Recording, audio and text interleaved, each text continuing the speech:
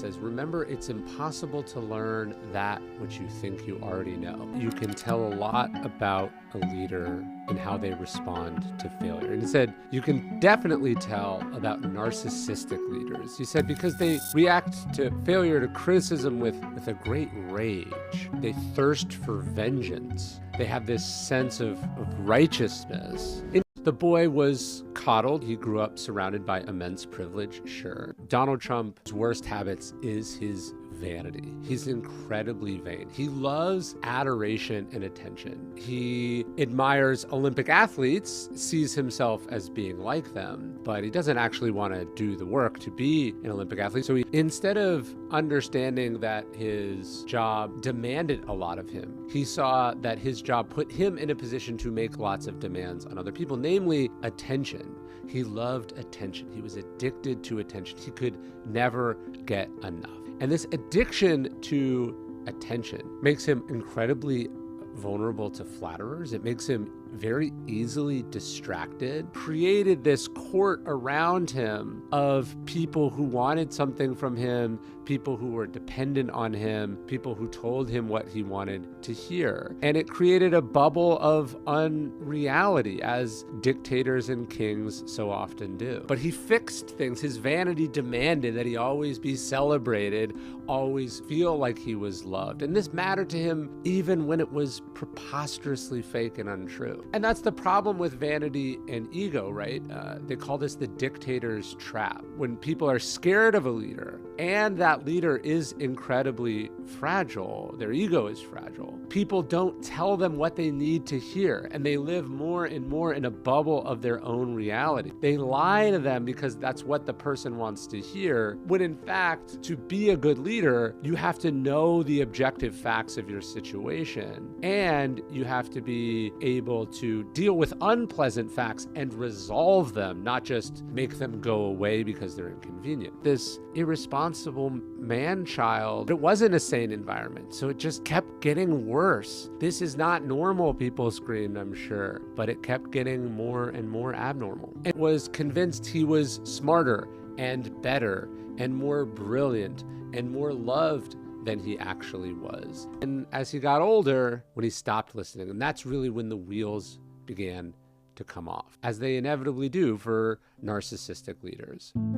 How power doesn't corrupt. He says that's too simple. He says what it does is it reveals. He says power doesn't corrupt, power reveals. And thus his collapse and his descent into evil was in this way inevitable. One, perhaps knowing that he is hopelessly outmatched and unqualified for this job, and then the very real dangers of having things that other people want. Nero is paranoid that people are out to get him, and slowly but surely he creates circumstances in which he's able to get rid of his enemies, just wildly exaggerating all these dangers. And as he gets rid of potential challengers after challenger, but it's when his paranoia is empowered by his position, when suddenly he has the power of life and death over people, that he begins to leave this immense trail of bodies behind him, because he just can't stomach the idea of anyone one day replacing him, even though inevitably, invariably, that was going to happen anyway. But like all,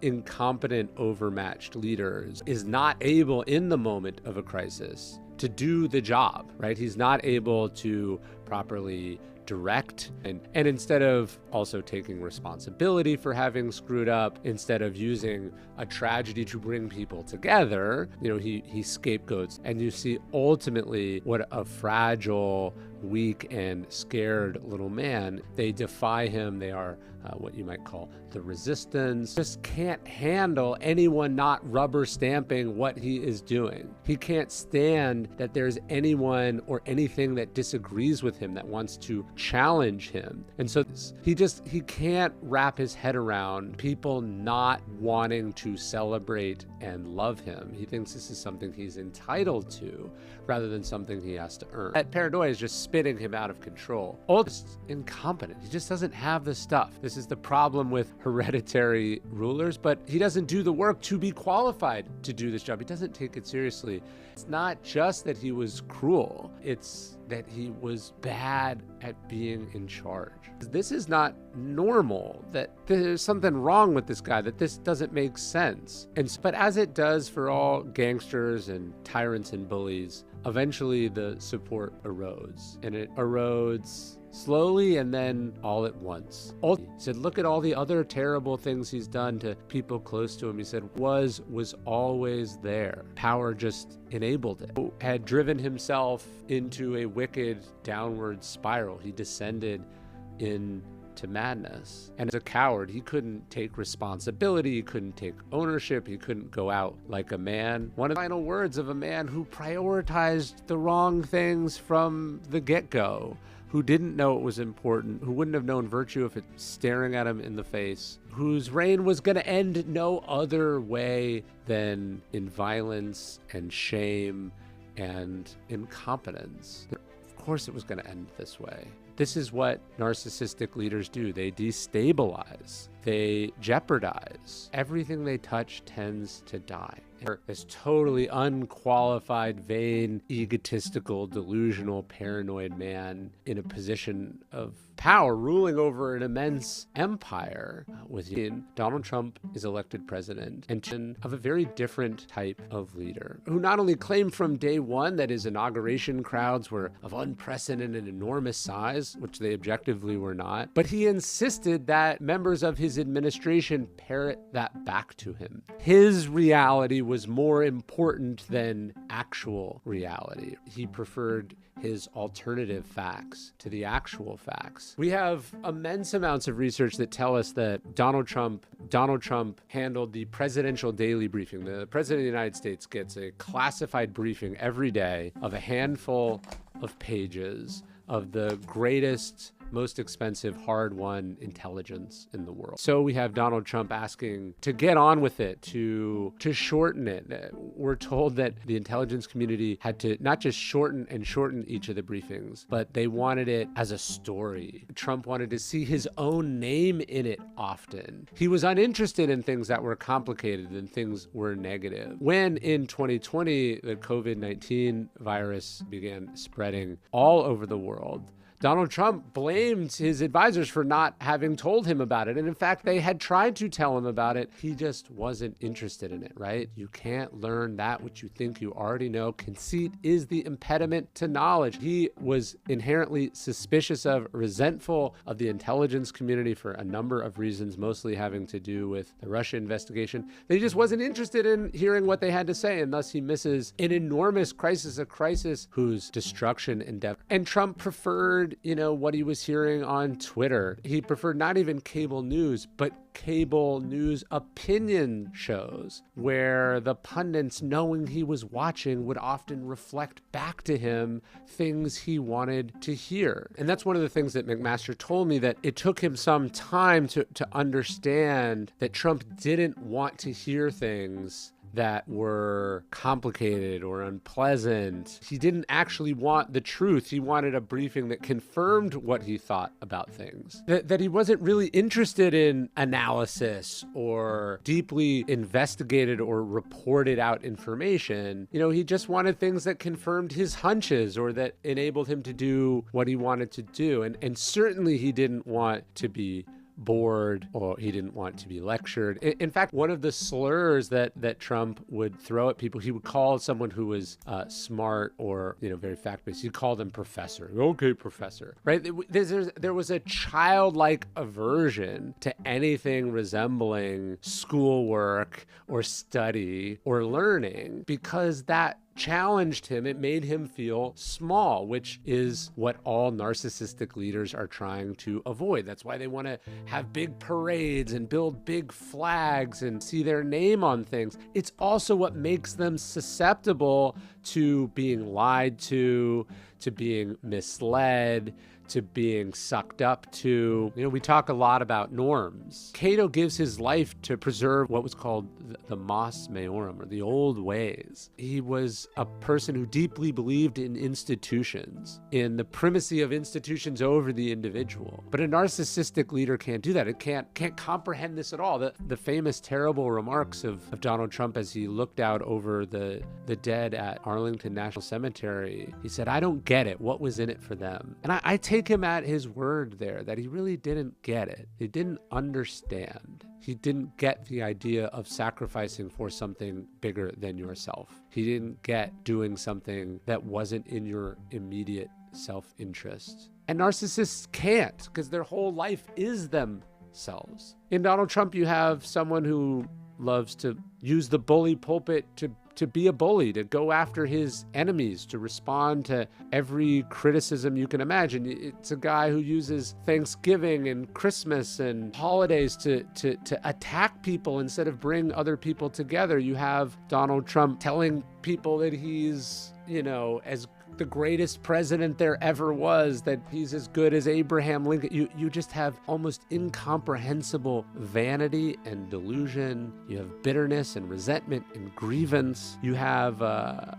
guy who loves to retweet what other people are saying about him when it's nice. And all this tees up one of the most inexcusable things that a leader, certainly an American president, has ever said, which Trump said at a press conference during the middle of the pandemic. No, I don't take responsibility at all, because you can't say that. The job of the leader is to take responsibility. Truman said the buck stops here. A narcissistic leader, though, can't do that, because to accept responsibility would mean to accept something negative about themselves. They are constitutionally averse to admitting error, to apologizing, to understanding that the effect of something they did was negative on someone else. And this is why they can't learn, why they can't grow, why they can't not make that mistake again. Both Mattis and McMaster got pushed to the side at some point because they wouldn't play ball. McMaster said they had a real frank conversation. He had to go, I'm not your guy. Like, I can't do this thing that you wanted. There were lines he wouldn't cross. There were things he wouldn't do. And eventually, narcissistic leaders have this magical filtration system that gets rid of people who would actually be of use to them, who would actually serve them well, and bring about only people who make them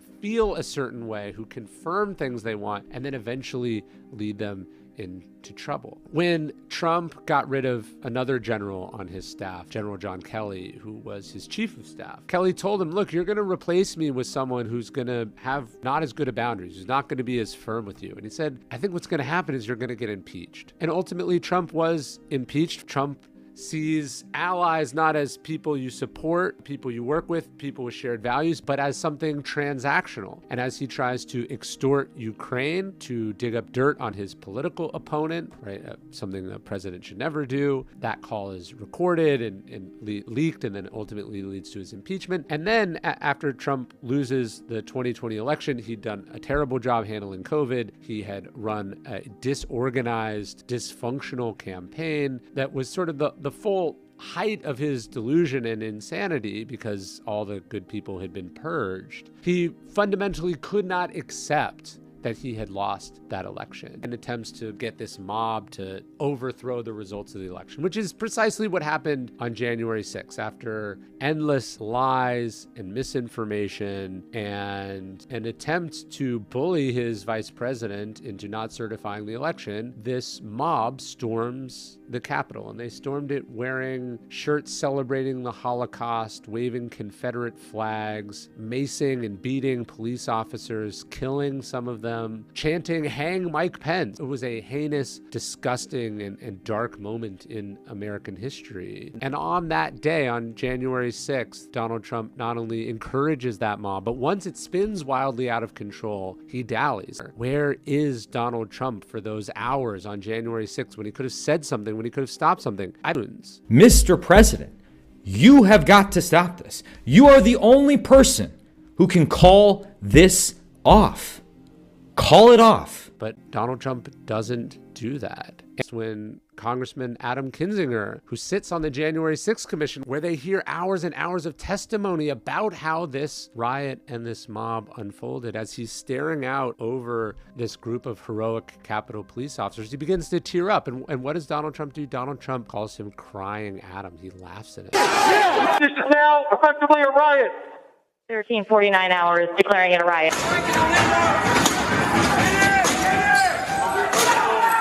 He can't accept the reality, the responsibility for the thing that he did. Once that happens, it's very hard to bring it back and can lead to dangerous, destructive, terrible things. A leader who would try to incite and direct that violence could not be trusted with power. We've spent our lives serving the kind of state no decent man ought to serve. And he says, and now we're old enough to see what we've done. Narcissism, ego, vanity, these things will be the death of us, and they will also be the death of the institutions that we cherish and the freedoms that we so often take for granted.